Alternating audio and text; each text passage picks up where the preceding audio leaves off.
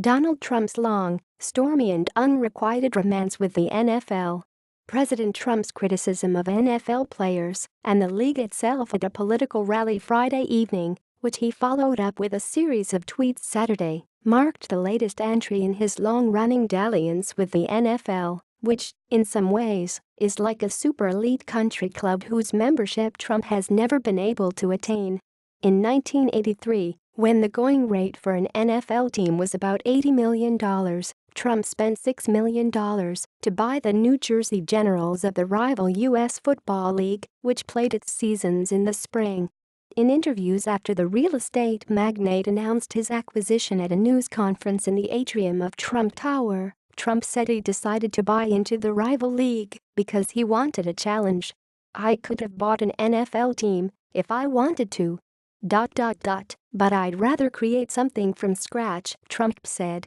"I feel sorry for the poor guy who is going to buy the Dallas Cowboys. It's a no-win situation for him, because if he wins, well, so what? They've won through the years, and if he loses, he'll be known to the world as a loser." As owner of the Generals, Trump went on a spending spree that drew the ire of NFL owners. He gave Herschel Walker, the Heisman Trophy-winning running back from the University of Georgia, a contract extension. A year later, Trump signed another Heisman Trophy winner, quarterback Doug Flutie out of Boston College, to a 5-year deal worth $7 million. He tried to sign star linebacker Lawrence Taylor away from the New York Giants, forcing the Giants to give Taylor a raise.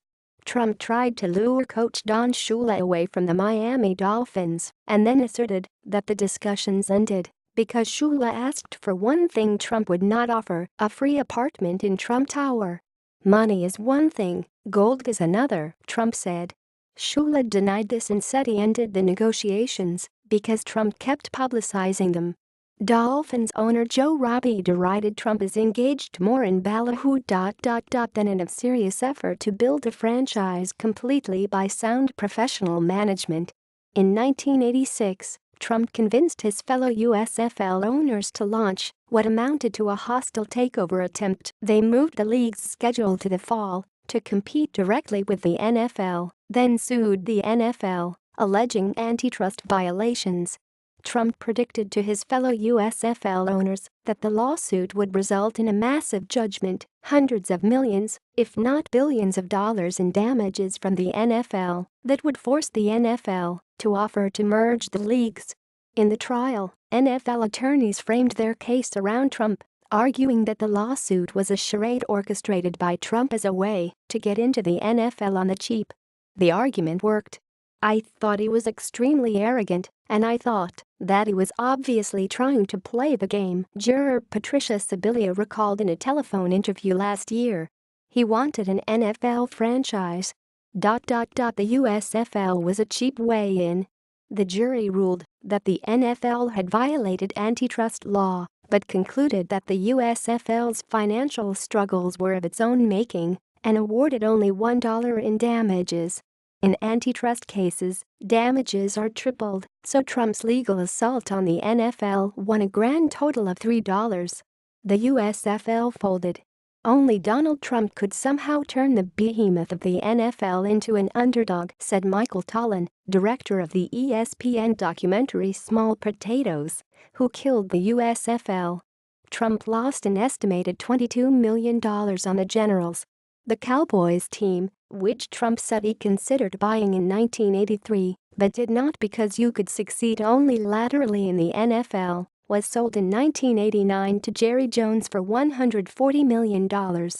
According to Forbes, the team, still owned by Jones, is now worth an estimated $4.8 billion, making it the world's most valuable sports franchise. After the USFL folded, Trump's name arose periodically in discussions about NFL ownership. In 1988, he made a bid for the New England Patriots, but ultimately bowed out. In 2014, Trump said he offered $1 billion for the Buffalo Bills, but he was bested by a $1.4 billion offer. In early 2016, Trump told an Associated Press reporter that if his bid had won him the Bills, he never would have run for president.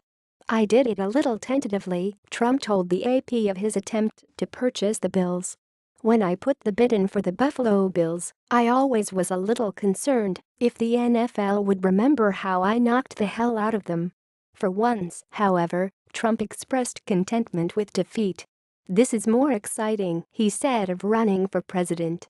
"And it's a lot cheaper."